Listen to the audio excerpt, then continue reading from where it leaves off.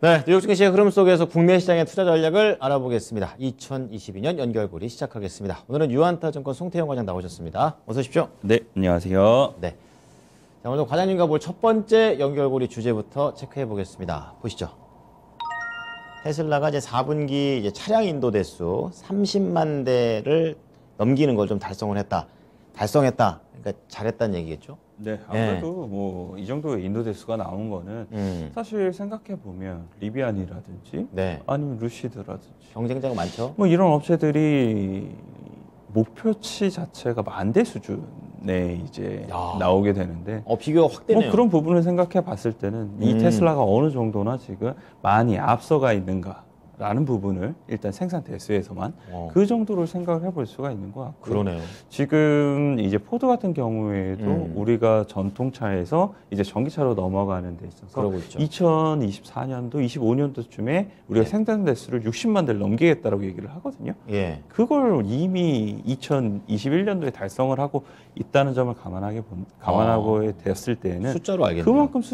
그만큼 몇 걸음 더 앞서져 나가 있다는 것을 한번 생각을 해볼 수 있다라고 그렇군요. 말씀을 드릴 수 있을 것 같습니다. 네네. 그럼에도 불구하고 테슬라는 사실 12월 31일 날 네. 1.27%가 하락하면서 마감을 했어요. 좋은 소식이 나왔는데도. 사실 이 뉴스는 네. 그 이후에 나온 뉴스고요. 반영이 안 된 거군요. 이제 반영이 되는 부분이 어느 정도나 반영이 될지를 한번 지켜보셔야 된다라고 말씀을 드릴 수가 있을 것 같습니다. 네네. 이 로이터 통신에서는 반도체 칩 공급 부족에도 불구하고 중국에서 생산량을 증대시키면서 4분기 인도 대수가 서프라이즈를 달성을 했다라고 이야기를 하고 있고요. 네. 이게 좀 놀라운 부분이었었는데 뭔데요? 6분기 연속 사상 최대치를 달성을 했다. 이 수요가 그만큼 수요와 그리고 성장이 잘 나오고 있는 기업이었다라고 보시면 될 것 같습니다. 그렇군요. 아까 말씀드린 것처럼 4분기 때 30만 대 넘게 인도를 하게 되는데 네. 예상치가 26만 대 수준이었어요. 많이 넘겼네요. 그보다도 더 잘 나왔다고 보시면 될 것 같고 예. 이 전년도 대비했을 때보다 70% 증가.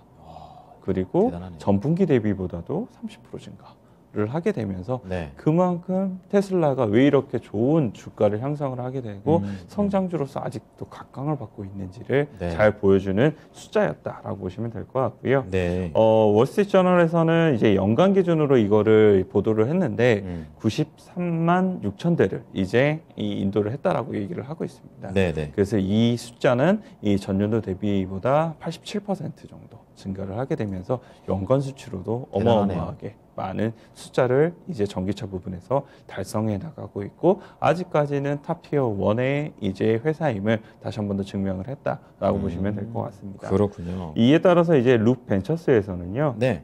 신규 공장 생산과 공급망 문제에도 불구하고 테슬라의 인도량은 2022년도에 130만 대를 넘어서게 될 것이다.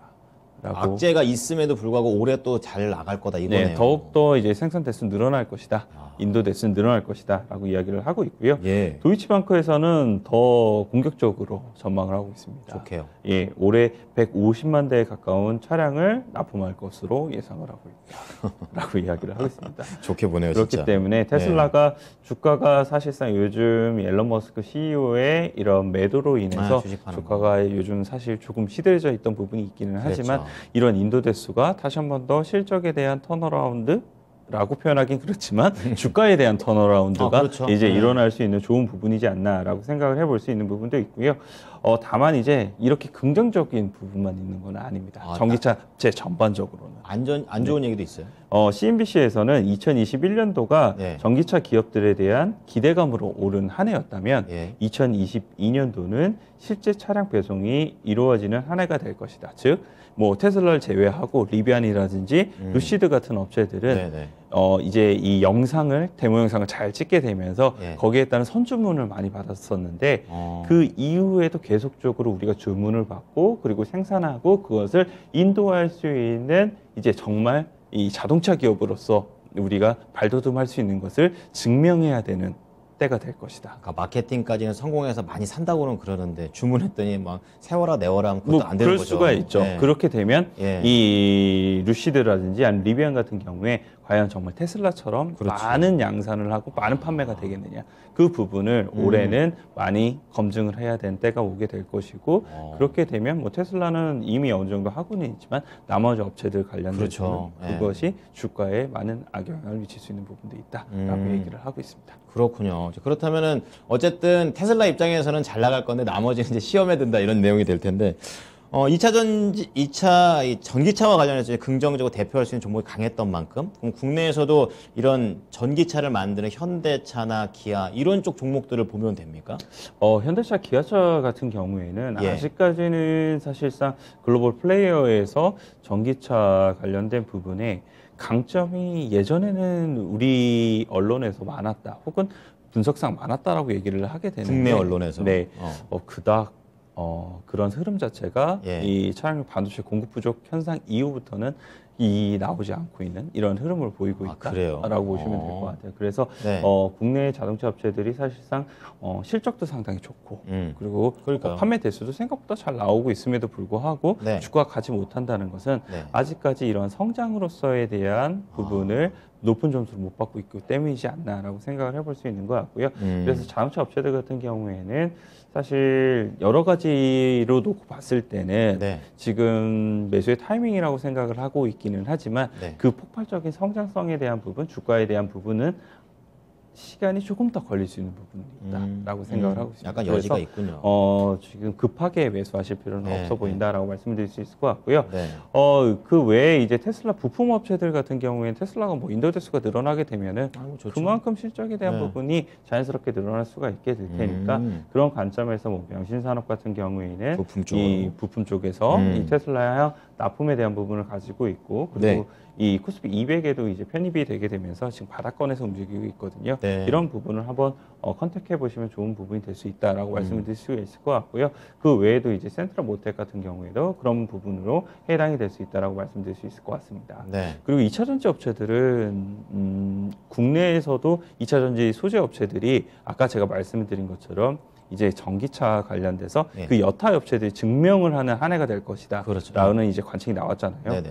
이 2차 전지 소재 업체들도 비슷한 흐름이 나오지 않을까 이렇게 생각을 해볼 수 있는 것 같습니다. 그런가요? 2021년도 같은 경우에는 사실상 2차 전지 소재 업체들에 대한 주가의 프리미엄을 2025년도, 6년도에 대한 많이 당겨온 실적에 거죠? 대한 부분까지도 땡겨왔던 부분이 많았었는데 과연 이 부분은 2022년도에 어느 정도나 증액을 보여주면서 이것을 타당성을 이야기를 해줄 것인가 이거가 나타나는 한 해가 되지 않을까라고 생각을 하고 있습니다. 프리미엄을 받았던 만큼 보여줘야 되는 그런 한 해. 더욱더 프리미엄을 받기 위해서는 무언가 그것을 더 이겨내는 성장성이라든지 이런 부분이 나와줘야 될 텐데 만약 그렇지 않고 여기서 무언가 흔들리는 모습을 보였을 때에는 2차 전지 소재 업체들에 대한 프리미엄 다운에 대한 부분은 어쩔 수 없는 부분이 있다라고 보시면 될 것 같고요. 강한 양날의 검입니다. 네, 맞습니다. 그래서 일단은 관련돼서는 2차 전지 소재 업체들은 조금은 이제 이 보수적인 관점을 좀 가져가셨으면 좋겠다라고 말씀을 좀 드리고 싶고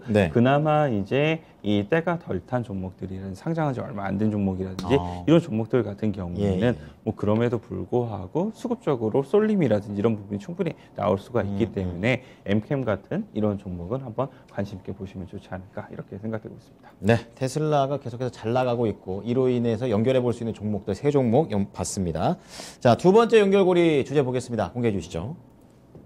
이것도 중요해요. 이 원자력하고 천연가스 발전 투자가 이제 녹색으로 분류됐다. 그러니까 긍정적으로 본 거죠, 이유 쪽에서. 네, 맞습니다.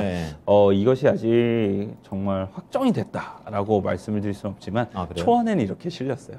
초안에서 이렇게 실리게 되고 이 초안이 결국은 이제 다수결 투표를 하게 되고 뭐 문제가 없게 되면은 이제 1월 중순 정도에 이제 최종적으로 나오게 될 것이다. 이게 과정 중이군요. 라고 이야기를 하고 있는데요. 1일 로이터 통신에서 보게 되면은 이유가 이제 논란 끝에 천연가스하고 원자력 관련된 발전을 녹색으로 이제 분류를 했다라는 보도가 나오게 됩니다. 큰 소식이에요. 네, 이 초안에서는 EU 집행위가 조달 자금하고 안전한 폐기물 처리장을 갖춘 원전에 대해서 투자 사업은 환경 기후 친화적인 지속 가능한 금융 녹색 분류 체계로 분류를 하겠다라고 이야기를 하게 되고요. 조건이 있군요. 이렇게. 네. 이 녹색으로 분류되기 위한 새 원전 같은 경우에는 네. 2045년 전에 건축 허가가 필요하다라고 이야기를 했던 부분이 있었습니다. 그렇군요.